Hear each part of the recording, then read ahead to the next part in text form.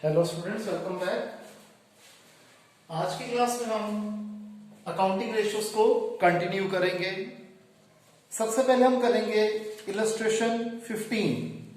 हमारी current ratio चल रही थी तो उसी को आगे कंटिन्यू करते हैं। इस क्वेश्चन में कहते हैं कि current ratio of a company is 2:1। एक कंपनी है जिसकी करंट रेशियो में 2:1 गिवन है। कहते हैं बताइए इन सारी चीजों का इस रेशियो के ऊपर क्या इफेक्ट पड़ेगा। रेशियो इंप्रूव होगी, रेशियो रिड्यूस होगी या नो चेंज। जैसे फर्स्ट पार्ट हमने दिया हुआ है repayment of a current liability.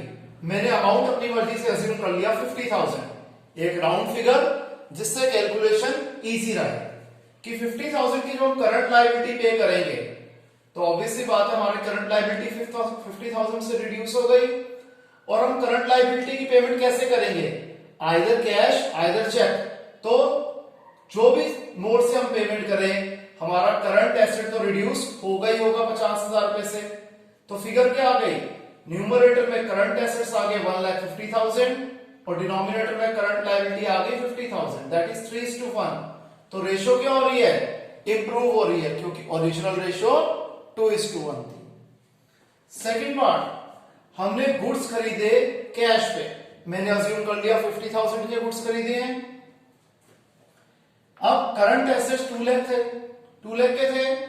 जब हमने 50,000 से गुड्स खरीदे कैश पे तो हमारा कैश 50,000 कम हो गया और स्टॉक 50,000 से बढ़ गया, लेकिन करंट लायबिलिटी पे कोई इफेक्ट नहीं पड़ा।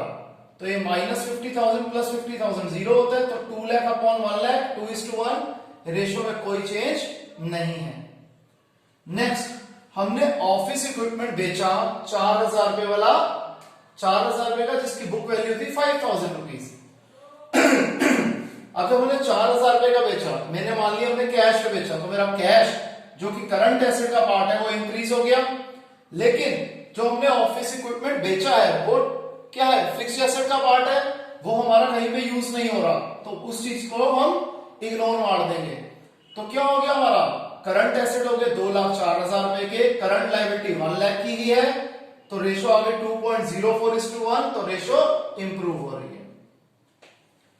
फोर्थ पार्ट में हमने स्टॉक खरीदा क्रेडिट पे।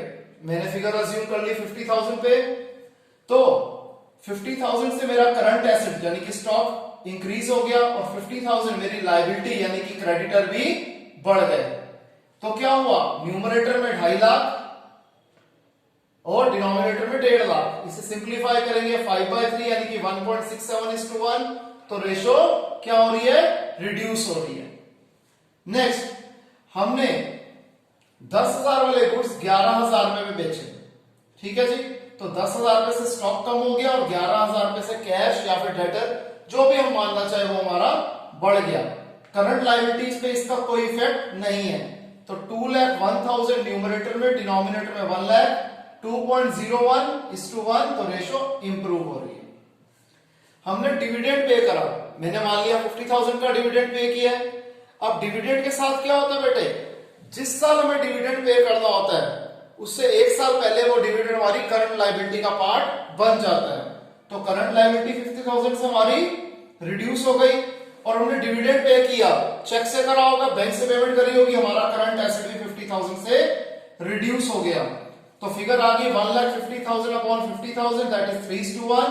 तो रेशियो हमारी इंप्रूव हो रही है। इसके बाद करंट रेशियो के क्वेश्चंस मिलते जुलते हम लोग इजीली कर लेंगे। नेक्स्ट हमारे पास आ जाता है लिक्विड रेशियो, जिसे हम एसिड टेस्ट रेशियो भी कहते हैं। इसका फॉर्मूला हमने लास्ट क्लास में डिस्कस कर लिया था, तो आइए इसके क्वेश्चंस की प्रैक्टिस करते हैं। मैंने यहां पर लिया इलस्ट्रेशन 25। हमें लिक्विड रेशियो कैलकुलेट करते हैं और हमें ये चीजें गिवन है। WC यानी कि वर्किंग कैपिटल है 1,80,000, टोटल डेब्ट्स यानी कि आउटसाइडर लायबिलिटी गिवन है 3,90,000, लॉन्ग टर्म डेब्ट्स है 3 लाख और इन्वेंट्रीज है 90,000 रुपए की। सबसे पहले करंट लायबिलिटी निकालेंगे। करंट लायबिलिटी क्या होता है, total debts minus long term debts. 3,90,000 में से 3 लाख गया, ये आ गया 90,000। वर्किंग कैपिटल कैसे निकलती है, current asset minus current liability. Working asset 1,80,000 दिया हुआ है, सीए हमें निकालना है, सीएल है 90,000, ये माइनस 90,000 वहां जाके प्लस 90,000, सीए आ गया 2,70,000। अब एलए लिक्विड एसिड क्या होता है, करंट एसिड माइनस स्टॉक, यानी कि इन्वेंटरीज। 2,70,000 में से 90,000 गया 1,80,000। लिक्विड रेशियो क्या होता है, liquid acid upon current liability. Liquid acid है 1,80,000, करंट लायबिलिटी कितनी है 90,000, 2:1। क्लियर, इसे कॉपी करें।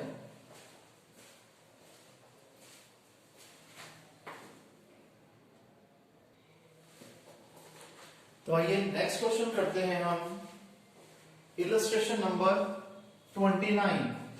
इसमें हमें करंट रेशियो गिवन है 4:1, क्विक रेशियो गिवन है 2.5:1, इन्वेंटरीज गिवन है 22,500।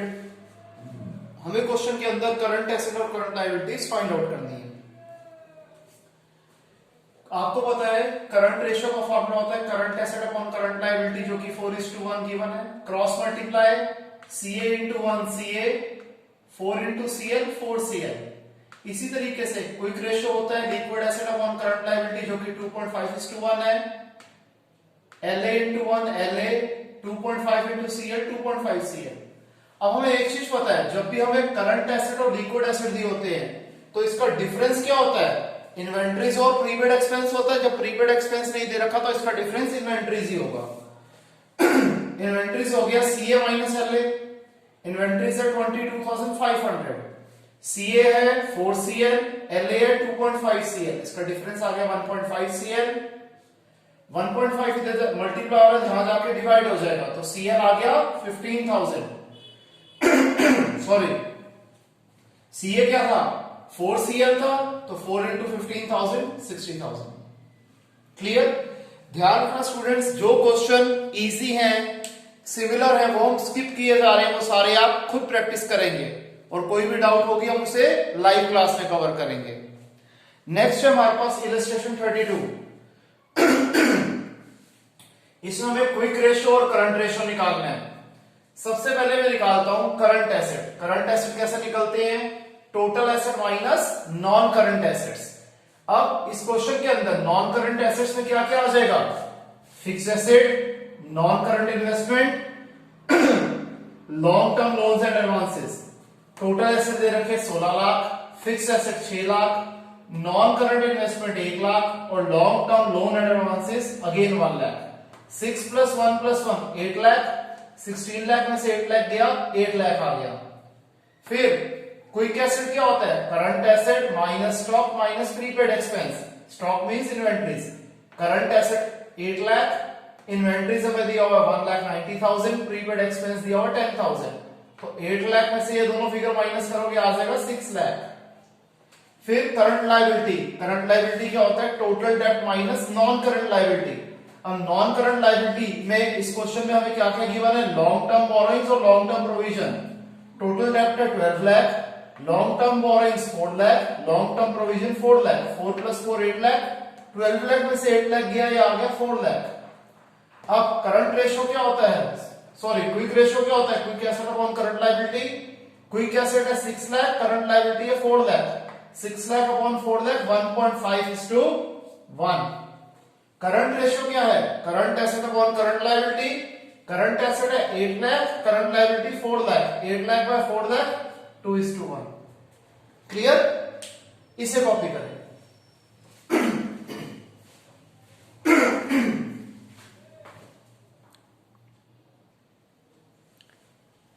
तो आइए स्टूडेंट्स अब हम करते हैं इलस्ट्रेशन 35। इस क्वेश्चन में हमें क्विक रेशियो दे रखी है 1:1। हमें बताना है कि ये सारी चीजें इस रेशियो के ऊपर क्या इफेक्ट डालेंगी। मैंने मान लिया कि क्विक रेशियो जैसे होता है liquid asset upon current liability, मैंने दोनों की वैल्यू 1 लाख मान ली। फर्स्ट पार्ट में कहते हैं हमने इंश्योरेंस प्रीमियम एडवांस में दे दिया 10,000 रुपए का। जब हमने इंश्योरेंस प्रीमियम पे करा 10,000 रुपए का, तो हमारा कैश या फिर बैंक बैलेंस रिड्यूस हो जाएगा, ठीक है। और जो प्रीपेड इंश्योरेंस होता है वो लिक्विड एसेट का पार्ट नहीं होता, इसलिए वो यहां पर और किसी जगह नहीं आया, वो करंट एसेट का पार्ट होता है। करंट लायबिलिटी के ऊपर कोई चेंज नहीं है, तो फिगर आ गई 90,000 अपॉन 1 लाख, 0.9:1, तो रेशो रिड्यूस हो रही है। सेकंड पार्ट, हमने 8,000 रुपए के गुड्स क्रेडिट पे खरीदे। जब क्रेडिट पे खरीदे तो हमारे क्रेडिटर्स यानी कि करंट लायबिलिटी बढ़ गई। स्टॉक यानी कि इन्वेंट्रीज करंट एसेट का पार्ट है, लिक्विड एसेट का पार्ट नहीं है, इसलिए न्यूमरेटर में कोई चेंज नहीं आया। तो यहां पर हम कैलकुलेट करेंगे तो रेशो क्या हो रही है, रिड्यूस हो रही है। फिर हमने fully paid equity shares issue करे। जब हमने शेयर्स इश्यू करे तो हमारे पास बैंक बैलेंस हमारा बढ़ गया, लेकिन बाकी जगह कोई इफेक्ट नहीं पड़ा। तो 2 lakh upon 1 lakh 2:1 ratio improve हो रही है। लास्ट पार्ट, हमने 9% डिवेंचर्स इश्यू करे 5 लाख रुपीस के एक वेंडर को, जिससे हमने मशीनरी खरीदी थी। अब इसका कोई भी इफेक्ट नहीं है, ना लिक्विड एसेट पे ना करंट लायबिलिटी पे, तो रेशो वैसी की वैसी रहेगी। इसके बाद जो हमारा अगला कॉन्सेप्ट आ जाता है वो आ जाता है सॉल्वेंसी रेशो का। सॉल्वेंसी रेशो जिसे हम लॉन्ग टर्म सॉल्वेंसी के नाम से भी जानते हैं। इसमें हमारी 4 तरह की रेशो आती है। डेब्ट to equity ratio, total asset to debt ratio, proprietary ratio और इंटरेस्ट कवरेज रेशो। एक एक करके हम रेशो के फॉर्मूले डिस्कस करेंगे और फिर उसकी प्रैक्टिस करेंगे। तो सबसे पहले डेब्ट टू इक्विटी रेशो। डेब्ट टू इक्विटी रेशो का फॉर्मूला होता है डेब्ट ओवर इक्विटी। अब डेब्ट निकालने के 3 फॉर्मूले हैं। पहला होता है लॉन्ग टर्म डेब्ट प्लस लॉन्ग टर्म प्रोविजन। दूसरा होता है टोटल डेब्ट में से करंट लायबिलिटी माइनस कर दो। तीसरा होता है कैपिटल एम्प्लॉयड में से इक्विटी माइनस कर दो। आपको पता है कैपिटल एम्प्लॉयड का फॉर्मूला होता है डेब्ट प्लस इक्विटी। कैपिटल एम्प्लॉयड का एक और फॉर्मूला होता है non current asset plus working capital minus fictitious asset. Equity जिसे हम शेयर होल्डर फंड भी कहते हैं, उसका फॉर्मूला होता है share capital plus reserve and surplus.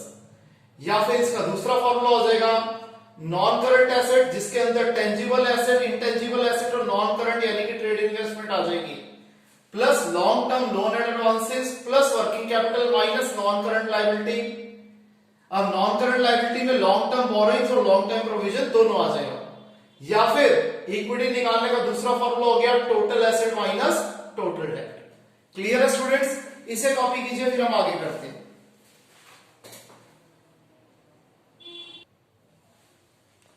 Next question है हमारे पास इलस्ट्रेशन 42। इसमें हमें डेब्ट टू इक्विटी रेशो निकालनी है। सबसे पहले इस क्वेश्चन में डेब्ट हम कैसे निकालेंगे, long term borrowings plus long term provision, जिसकी वैल्यू हमें 5 लाख और 1 लाख गिवन है, टोटल हो गया 6 लाख। फिर इक्विटी, इक्विटी कैसे निकलती है, equity capital plus general reserve, GR means general reserve, plus surplus that is credit balance of statement of P and L, यानी कि प्रॉफिट को हम ऐड करते हैं। इस पर्टिकुलर क्वेश्चन में हमें डेबिट बैलेंस दिया हुआ है, लॉस दिया हुआ है, इसलिए हमने उसे माइनस करा है। Equity share capital 2 lakh given है, जनरल रिजर्व 2 लाख गिवन है, तो ये आ गया 3 लाख। डेब्ट टू इक्विटी रेशियो का फॉर्मूला होता है डेब्ट ओवर इक्विटी। डेब्ट है 6 लाख, इक्विटी है 3 लाख, 2:1 इज योर आंसर। अब हमारा अगला जो रेशियो है वो है डेब्ट total asset to debt ratio, जिसका फॉर्मूला होता है टोटल एसेट अपॉन डेब्ट। डेब्ट को हम लॉन्ग टर्म डेब्ट भी कहते हैं। टोटल एसेट का फॉर्मूला होता है non current assets plus current assets. बाकी सारी चीजें हम ऑलरेडी डिस्कस कर चुके हैं। तो आइए सीधा इसकी इलस्ट्रेशन पे आते हैं। इलस्ट्रेशन 49, हमें total asset to debt ratio निकालनी है। सबसे पहले मैं क्या निकाल रहा हूं, non current asset. Non current asset कैसे निकलते हैं, fixed asset minus accumulated depreciation plus non current investment, तीनों की वैल्यू हमें गिवन है, सॉल्व करके आ गया 20 लाख। फिर करंट एसेट, करंट एसेट क्या हो जाएगा, trade receivable plus cash and cash equivalent, दोनों में वैल्यू गिवन है, प्लस कर दिया, आ गया 4 लाख। टोटल एसेट क्या होता है, non current asset NCA plus current asset CA, मैंने शॉर्ट फॉर्म लिख दी। नॉन करंट एसेट है 20 लाख, करंट एसेट है 4 लाख, टोटल हो गया 24 लाख। फिर share holder fund, share holder fund कैसे निकलता है, equity share capital plus general reserve plus surplus, again credit balance of statement of P and L. Again इस क्वेश्चन में हमें डेबिट बैलेंस दिया हुआ है, इसलिए मैंने इसे नेगेटिव में फिगर लिख दी। 10,50,000 प्लस 2,40,000 माइनस 20,000, ये आ गया 12,60,000। कैपिटल एम्प्लॉयड का फॉर्मूला होता है share holder fund plus long term डेब्ट। हमें कैपिटल एम्प्लॉयड भी गिवन है, शेयर होल्डर फंड भी गिवन है, तो लॉन्ग टर्म डेब्ट निकल आएगी हमारी ये प्लस उधर जाके माइनस हो जाएगा, तो लॉन्ग टर्म डेप्ट यानी कि डेप्ट आ गया 9,60,000 रुपए। Total asset to debt ratio का फॉर्मूला होता है टोटल एसेट अपॉन डेप्ट। टोटल एसेट है 24 लाख, लॉन्ग टर्म डेप्ट यानी कि डेप्ट है 9,60,000, इसे डिवाइड कर देंगे तो रेशियो आ गया 2.5:1। क्लियर? इसे कॉपी करें।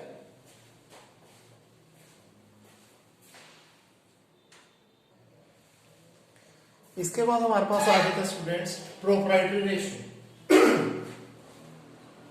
प्रोप्राइटरी रेशियो का फॉर्मूला होता है proprietor fund upon total asset. Proprietor funds को हम शेयर होल्डर फंड भी कहते हैं या इक्विटी भी कहते हैं। प्रोप्राइटर फंड निकालने के दो तरीके होते हैं, दो मेथड होते हैं। एक होता है लायबिलिटी साइड अप्रोच, एक होता है asset side approach. Liability side approach में प्रोप्राइटर फंड कैसे निकलता है? Equity share capital plus preference share capital plus reserve and surplus. Asset side approach में प्रोप्राइटर फंड कैसे निकलेगा? Non current asset plus working capital minus non current liability. आइए इसकी practice करते हैं। हमने सबसे पहले लिया इलस्ट्रेशन 58, हमें प्रोप्राइटरी रेशियो निकालनी थी।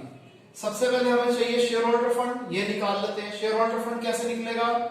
Equity share capital plus preference share capital plus reserve and surplus, तीनों की वैल्यूज गिवन है, प्लस कर दिया 1,75,000। टोटल एसेट कैसे निकलेगा? Fixed asset plus current investment plus cash and cash equivalent plus other current assets, चारों को प्लस कर दिया, आ गया 2,50,000। तो प्रोप्राइटरी रेशियो कैसे निकलेगी? Share holder fund upon total assets. Share holder fund है हमारे 1,75,000, टोटल एसेट्स है 2,50,000। इसको हम सॉल्व करेंगे तो आ जाएगा 0.7:1। नेक्स्ट हम कर रहे हैं इलस्ट्रेशन 61। इसमें हमें प्रोप्राइटरी रेशियो निकालनी है, total asset to debt ratio निकालनी है और डेट टू इक्विटी रेशियो निकालनी है। सबसे पहले हम छोटी छोटी चीजें निकाल लेते हैं जो हमारे फॉर्मूले में यूज होंगी। फर्स्ट थिंग्स फर्स्ट, सबसे पहले करंट लायबिलिटी कैसे निकलेगा? Current asset minus working capital. 5 lakh में से 1 लाख गया, ये आ गया 4 लाख।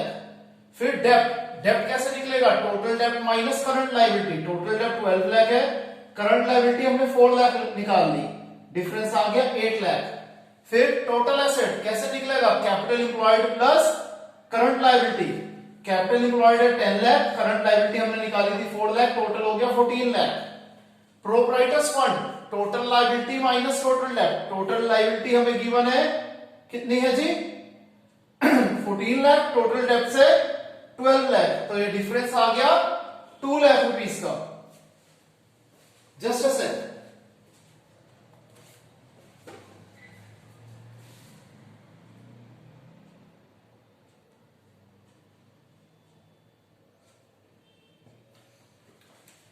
इसके बाद प्रोप्राइटरी रेशियो कैसे निकलती है? Proprietor fund upon total assets into 100।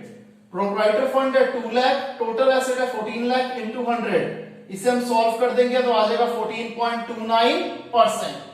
Total asset to debt ratio कैसे निकलेगा? टोटल एसेट अपॉन डेप्ट। टोटल एसेट है 14 लाख, डेप्ट है हमारा 8 लाख, इसे सॉल्व करा, आ गया 1.7:1। प्रोप्राइटरी रेशियो परसेंटेज में एक्सप्रेस की जाती है और total asset to debt ratio ratio में निकलती है। डेप्ट टू इक्विटी रेशियो, डेप्ट ओवर इक्विटी, डेप्ट है 8 लाख, इक्विटी है 2 लाख, इसे डिवाइड कर देंगे, आ जाएगा 4:1। क्लियर? इसे कॉपी करें।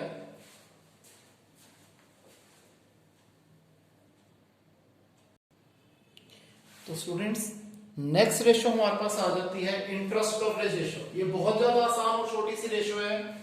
इंटरेस्ट कवरेज रेशियो का फॉर्मूला होता है net profit before interest and tax upon interest on long term डेब्ट, और इस रेशियो को हम टाइम्स की फॉर्म में एक्सप्रेस करते हैं। तो आइए सबसे पहले इंटरेस्ट ऑन लॉन्ग टर्म डेब्ट इस पर्टिकुलर क्वेश्चन 64 इलस्ट्रेशन में कैसे निकलेगा? हमें रेट दिया हुआ 12%, तो 12% ऑफ 20 लाख, ये आ गया 2,40,000। नेट प्रॉफिट आफ्टर टैक्स दिया हुआ है 1,20,000, टैक्स रेट दिया हुआ है 40%। तो जब आफ्टर टैक्स से बिफोर टैक्स में हम कैसे जाते हैं अगर टैक्स रेट गिवन हो? तो फॉर्मूला होता है net profit after tax into 100 upon 100 minus tax rate. तो 1,20,000 into 100 upon 100 minus 40, 1,20,000 into 100 by 60, solve करके आ गया 2 लाख। तो net profit before interest and tax कैसे निकलेगा? नेट प्रॉफिट बिफोर टैक्स में ऐड कर देंगे इंटरेस्ट ऑन लॉन्ग टर्म डेब्ट। नेट प्रॉफिट बिफोर टैक्स हमें दिया हुआ है 2 lakh, interest on long term debt है 2,40,000 ऐड करके आ गया 4,40,000। इंटरेस्ट कवरेज रेशियो कैसे निकलती है? Net profit before interest and tax upon interest on long term loan. Net profit before interest and tax क्या है? 4,40,000। Interest on long term loan क्या है? 2,40,000। सॉल्व कर देंगे आ जाएगा 1.83 टाइम्स। क्लियर है स्टूडेंट्स? तो आज के लिए इतना ही, मिलते हैं नेक्स्ट क्लास में। इसी टॉपिक को हम आगे कंटिन्यू करेंगे। किसी भी स्टूडेंट को कोई डाउट होगा हम लाइव क्लास में से कवर करेंगे। तो आज के लिए इतना ही, मिलते हैं नेक्स्ट क्लास में। तब तक के लिए बाय, टेक केयर।